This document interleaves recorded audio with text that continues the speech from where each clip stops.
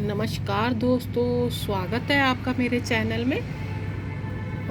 दोस्तों, आज जिस प्लांट की मैं बात करूंगी, रंग बिरंगी पत्तियों वाला वंडरिंग ज्यू। अब हिंदी में वंडरिंग का मतलब होता है भटकने वाला, और ज्यू मीन्स यहूदी, यानी भटकने वाला यहूदी। इस प्लांट का ये नाम है। ये क्यों पड़ा इसके बारे में तो मुझे पता नहीं है, मैंने तो इसके नाम का आपको अर्थ बताया है। दोस्तों, बहुत ही सुंदर पत्तियों वाला, कई बार हम बोलते हैं ना फूलों वाला, ये पत्तियों वाला वेरीगेटेड वैरायटी का प्लांट है दोस्तों। और आप बहुत आसानी से इसको लगा सकते हैं दोस्तों। कटिंग से भी ला सकते हैं और ख़रीद कर भी ला सकते हैं। कई तरह से आप इसको लगा सकते हैं। इसकी देखभाल क्या करनी चाहिए दोस्तों? एक तो ये थोड़ा सूर्य की रोशनी को, प्रकाश पसंद करने वाला प्लांट है। तेज़ गर्मी नहीं चाहिए, लेकिन इसको धूप चाहिए। और ये गर्मी है ना हमारी, ये गर्मियों में ही ये अच्छा खिलता है, मतलब ग्रो होता है। तो अगर आपने जैसे घर के अंदर इसको रखना है ना, तो भी आपको इसको इसकी ऐसी जगह पे रखना पड़ेगा जहाँ पे धूप का प्रकाश आता हो। जहाँ पे धूप का प्रकाश नहीं आएगा तो दोस्तों, ये देखिए, मैं ना किसी के घर से ये पत्तियाँ तोड़ के लाई थी। ये तो मेरा ख़रीदा हुआ प्लांट है दोस्तों। उसकी ये भी वंडरिंग ज्यू है, ये उसी की वैरायटी का है। मुझे लगता है उनका गमला सूर्य के प्रकाश से दूर था, तभी इसकी जो पत्तियां हैं ना, उसका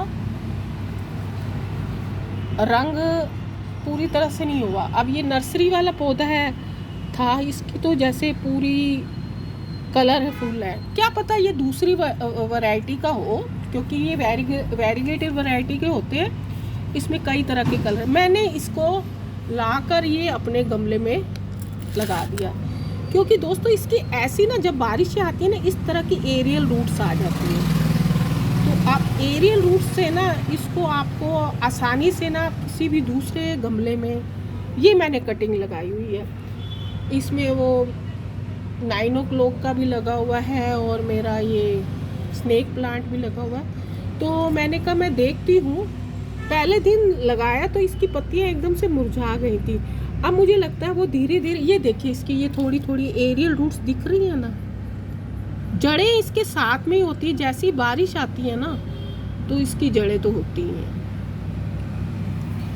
और क्या केयर करनी चाहिए, मैंने एक तो धूप का बताया आपको, और साथ में दोस्तों इसको पानी आपको ज़्यादा नहीं देना। देखिए इसकी जड़ें इतनी कोमल है, तो इन कोमल जड़ों को इतना पानी देने की इतनी ज़रूरत नहीं है, क्योंकि ये प्लांट वैसे भी ज़्यादा गर्मी होती है, ये ग्रो होता ही है प्लांट, क्योंकि ये इसका सीज़न का टाइम है।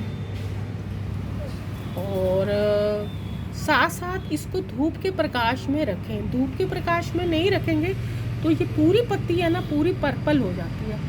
मुझे तो लगता है ये अपना पर्पल हार्ट प्लांट, ये लोग एक ही प्रजाति में से आते जाते हैं, नाम थोड़ा डिफरेंस हो जाता है। तो आप, अगर आपके पास ज़मीन है आपके गार्डन में, तो आप इसको आसपास की क्यारियों में एक रंगत देने के लिए अपने आसपास क्यारियों में डालें।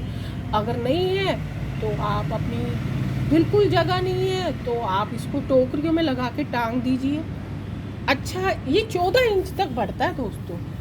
इसकी जो हाइट है ना, इस तरह लटक कर ना, जैसे ये लटकी हुई है ना, ये 14 इंच तक बढ़ जाता है।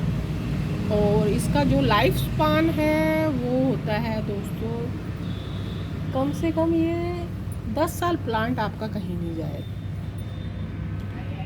और इसके साथ साथ आप सर्दी जैसे आएगी तो सर्दी में आप इसकी ग्रोथ बिल्कुल ही ख़त्म हो जाएगी। आप देखेंगे ये बिल्कुल मुरझा जाएगा।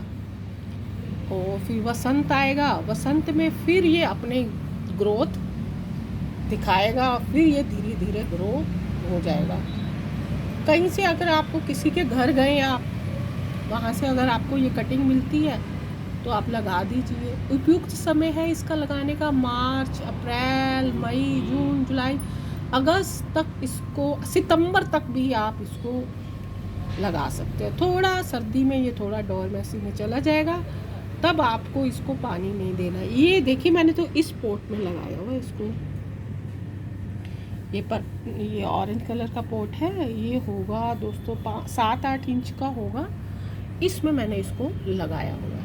खाद क्या देनी है, कोई इसको खाद देने की ज़रूरत नहीं है। इतना इसको आप खाद मत ही दीजिए, तो कोई वैसे ज़रूरत नहीं है इसको खाद की। अगर आपको चाहिए तो आप इसको दे सकते हैं। थोड़ी इसकी रंगत वगैरह बरकरार है, उसके लिए आप थोड़ी सी इसको गोबर की खाद या बकरी की मेमनियों की खाद, ये वाली खाद दे सकते हैं। तरह तरह की पत्तियों में ये देखिए, एक तो इसकी ये वैरायटी है जो मैं कटिंग कहीं से लेके आई हूँ, एक ये रंग है। तरह तरह के खूबसूरत रंगों में ये पत्तियों वाला प्लांट आपको मिल जाएगा। अगर आप इसको घर के अंदर रखेंगे ना, जैसे सर्दी आएगी तो सर्दी में आपको इसको पाले से बचाना है। थोड़ी इसको जगह आप शिफ्ट कर दीजिए जहाँ पे थोड़ी सी धूप आती हो, जहाँ का ना मौसम थोड़ा गर्म हो।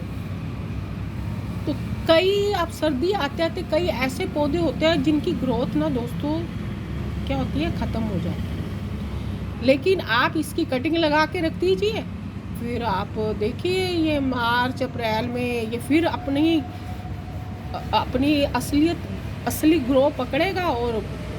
और इसको बुशी बनाने के लिए ना दोस्तों आपको इसकी जगह जगह से पिंचिंग करते रहिए, जगह जगह से इसकी कटिंग करते रहिए, ताकि ये पूरा आपका जो गमला है ना पूरा से ऐसे घिर जाएगा, जो बहुत खूबसूरत लगता है दोस्तों। और इसके साथ साथ मैंने बोला है कि पानी कभी ना इकट्ठा होने दें। पानी आप होल देखते रहें इसके।